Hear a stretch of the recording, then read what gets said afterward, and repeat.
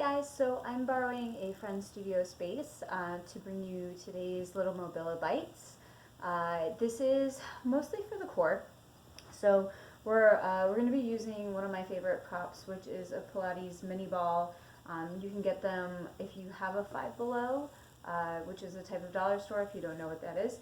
If you have a Five Below, you can get 9-inch diameter ones. It's usually about the size I use. It's a little bit bigger than this. They should have a kind of a grippy texture and also be kind of squishy when they're fully inflated. And you can play a little bit with the sizing of the ball. You just don't want any of the big stability balls like the one in the background.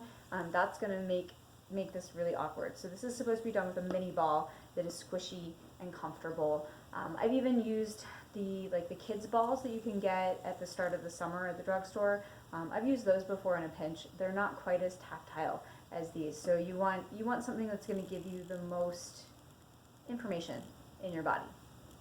So your abdominal muscles run all the way around your body between your ribs and your hips.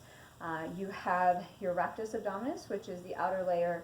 You have a set of obliques that run fibers this way and a set of obliques that run fibers this way.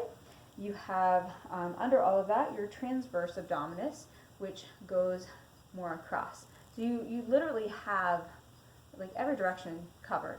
And then there's these little mimics of those lines and directions and other muscle fibers adjacent to your core, which is pretty cool. We also have a very nice muscle called your psoas, P-S-O-A-S. Today is not the day we're going into that, but psoas is one of my very most favorite muscles. It's sometimes considered a deep abdominal muscle because it goes through the abdominal cavity, and you do use it when you use your core, but it's not one of the ones we're talking about today. So, grab your ball. You're going to put it in your upper back, pretty close to like middle or bottom of the shoulders. You're going to come down on your back with your knees bent. So you can see it's fairly high most of the time when we start putting this. We put it too low. Don't go there yet. That's a different thing. Okay, knees are bent. Hands come to the back of the head. Now when I teach the hands to the back of the head, I teach the elbows close together because then you can push them forward to open up space between your shoulder blades. It's important, right, that you widen your back in order to set your shoulder joint in the right place. Over time, you can then keep your back wide and take the elbows open, but most people when they do it from their back muscles in their neck, and we don't want that. I would say that's probably a huge discussion. You're going to get different answers depending on who you ask. So because I don't have my hands on you, I would say elbows close together, keep pushing them up, keep the neck and throat relaxed so the head is fully supported by the hands.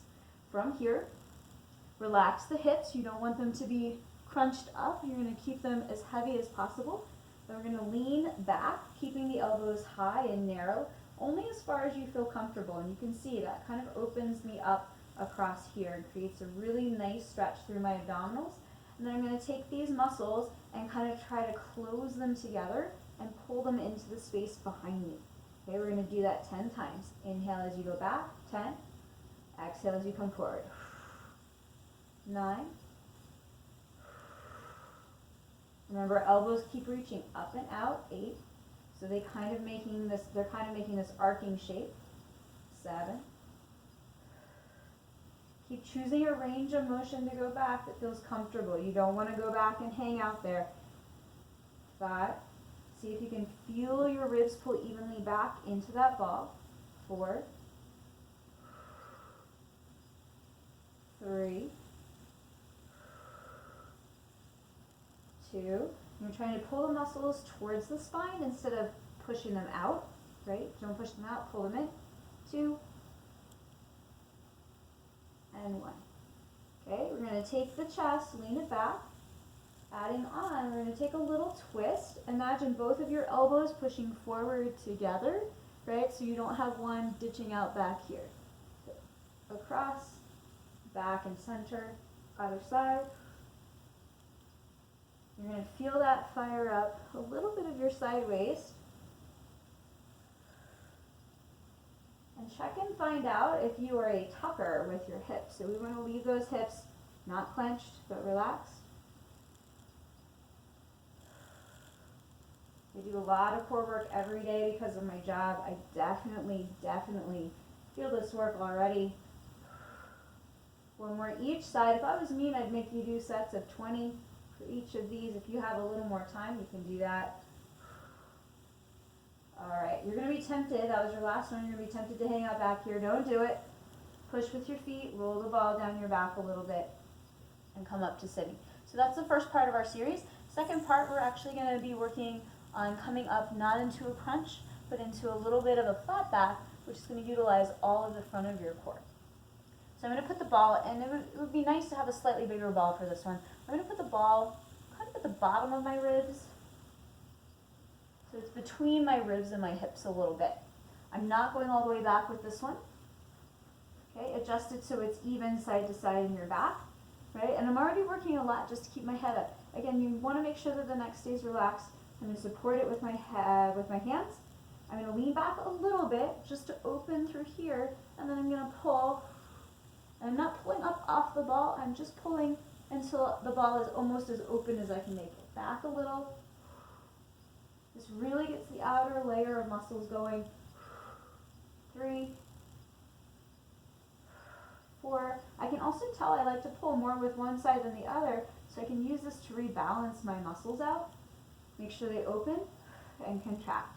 The strongest way to get a muscle to engage is to fully stretch it and then fully work it. I'm just keeping my hand down so I can talk to you guys. Keep both hands behind your head. One more time. Now, here's the extra bonus. If you have anything left, you're going to stay up here, keep this contracted, leave your hips alone. We're going to bring one knee up and down. So I'm keeping this curl through my ribs. It hurts so good. Oh my goodness. 4. Don't let your bum move side to side. 5 and 6. Make sure the neck is long, the ears are reaching up to the ceiling. 8, 9, 10 more. If you're starting to get a little tired, you can try this. Sometimes it takes some of the pressure off of the neck. 3, 4, and again, keep all of this drawing back. 5, 6, 7. You want to keep your hips from rocking side to side. 8, 2 more times. 9, and bonus. You're going to do 10 little pulses up. 10, 9. So now I'm trying to take weight off the ball. 7, 6, 5, 4. I already hate this series. 3, 2, and 1. Grab your legs. So, it doesn't matter how strong you are, that should really make you work. I'm going to flip over and stretch us out in a little cobra position. You can also go Sphinx, right, and just let it all stretch out. Okay, if you wanted to go a little more, hands come in front of you, take your fingers a little bit turned out, and let your core stretch. All right? So, I hope you enjoyed that Mobilibite. If you have any questions, let me know. If you did enjoy it, please like, subscribe, and share. That would be wonderful. What I like too is it's very, very short workout. It travels very well. You can take one of these balls and collapse them down. It doesn't take any space out of your luggage, right? It doesn't add any weight either. So thanks guys. Hope to see you again soon.